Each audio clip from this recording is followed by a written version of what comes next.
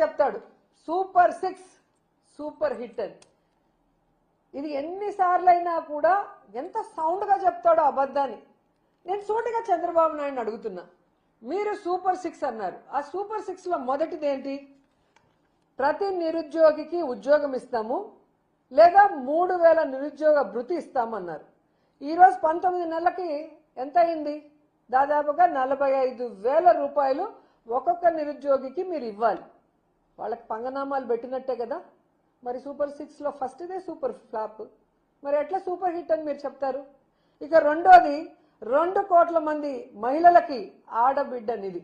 ఇంట్లో ఎంతమంది 18 ఏళ్ల పైన వాళ్ళు ఉంటే అంతమందికి 1500 ఇస్తా అన్నారు.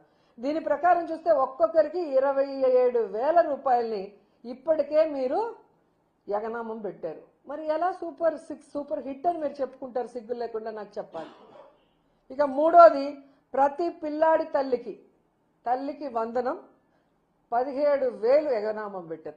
నేను 17,000 అని ఇంకా ఎక్కువే చెప్తాను. ఎందుకంటే ఒక బిడ్డ ఉంటే 15,000 ఇస్తాము, ఇద్దరుంటే 30,000 ఇస్తాము, ముగ్గురుంటే 40,000 ఇస్తాము, నలుగురుంటే ఎంతమంది ఉంటే అంత అన్న మాట్లాడిన మీరు ఒక్క బిడ్డకి జగన్మోహన్ రెడ్డి గారు దాదాపుగా 80 లక్షల మంది తల్లులకు ఇస్తుంటే దాదాపుగా 30 లక్షల పైగా తల్లులకి ఏకంగా పంగనామం పెట్టారు ఇవ్వకుండా.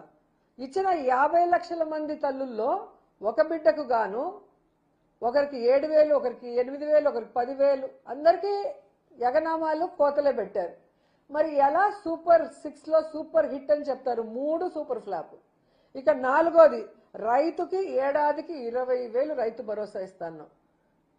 మొదటి సంవత్సరం 20,000, రెండవ సంవత్సరం 20,000. నువ్వు ఇచ్చిందంతా 10,000 ఇచ్చి 30,000 పంగనామం పెట్టావు.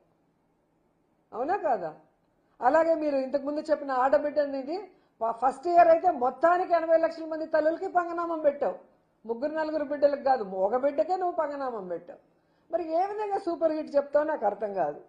ఈరోజు గ్యాస్ సిలిండర్లు 51 లక్షల మంది మహిళలకి ఇస్తామని